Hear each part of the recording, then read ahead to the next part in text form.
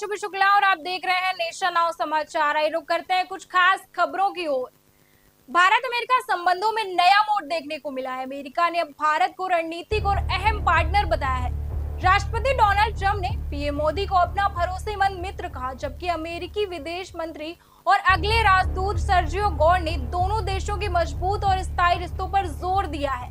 अगले हफ्ते व्यापार और ट्रेड डील पर महत्वपूर्ण चर्चा होने वाली है। यह कदम साझेदारी को और मजबूती देगा। वहीं अब स्मार्टफोन ईएमआई बाउंस होने पर सिर्फ चार्जेस ही नहीं बल्कि आपका फोन भी लॉक हो सकता है। आरबीआई ने नए प्रस्ताव के अनुसार बैंक ईएमआई डिफॉल्ट होने पर फोन को रिमोटली लॉक कर सकेंगे। इसका मतलब यह है कि फोन सिर्फ पेपरवेट की तरह काम करेगा। ऐसे में स्मार्टफोन खरीदते समय ईएमआई समय पर चुकाना जरूरी हो गया है, वरना दिक्कतें बढ़ सकती हैं। वहीं भरतपुर में हुंडई कार के मैन्युफैक्चरिंग डिफेक्ट को लेकर शाहरुख खान और दीपिका पादुकोण पर एफआईआर दर्ज की गई थी। शिकायतकर्ता का आरोप था कि खराब कार खरीदने के बाद उन्होंने दोनों कलाकारों और हुंडई इंडिया के वरिष्ठ अधिकारियों के खिलाफ मामला दर्ज कराया। अब राजस्थान हाई कोर्ट ने इस एफआईआर पर स्टे लगा दिया है। यह मामला ब्रांड एंडोर्समेंट और उपभोक्ता भरोसे के बीच संबंध को लेकर चर्चा का विषय बन गया है। वहीं उत्तराखंड टूरिस्ट बोर्ड द्वारा मसूरी के पास एडवेंचर टूरिज्म बढ़ाने के लिए जारी टेंडर में 3 कंपनियों ने बोली लगाई। एक रिपोर्ट में दावा किया गया है कि तीनों कंपनियां बाबा रामदेव के पुराने और विश्वस्त सहयोगी आचार्य बालकृष्ण के नियंत्रण में है। टेंडर मिलने के बाद जिस कंपनी को ठेका मिला उसमें भी बालकृष्ण की हिस्सेदारी बढ़ गई और अन्य 2 कंपनियों ने भी अपनी हिस्सेदारी में इजाफा किया है। मामला विवाद का विषय बन गया है।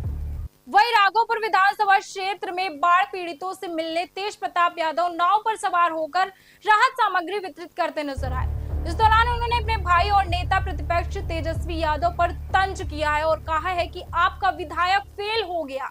बिहार के कई हिस्सों में बाढ़ का कहर जारी है। तेज प्रताप का यह दौरा और उनका निशाना सोशल मीडिया पर वायरल हो गया है, जिसे बड़ी चर्चा मिल रही है।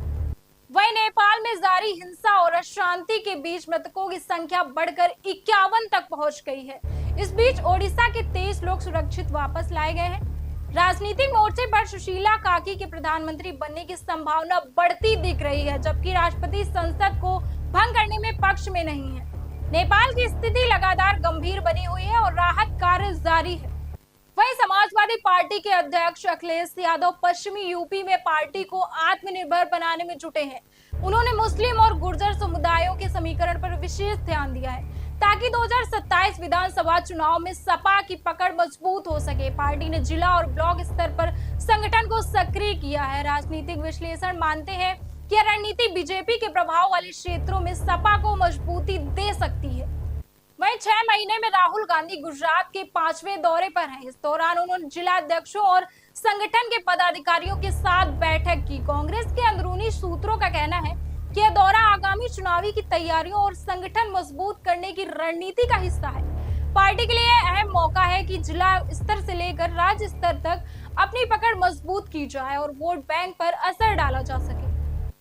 वहीं मथुरा के बांके बिहारी मंदिर में अब वीआईपी सुविधाओं और विशेष ट्रीटमेंट पर रोक लगाई गई है।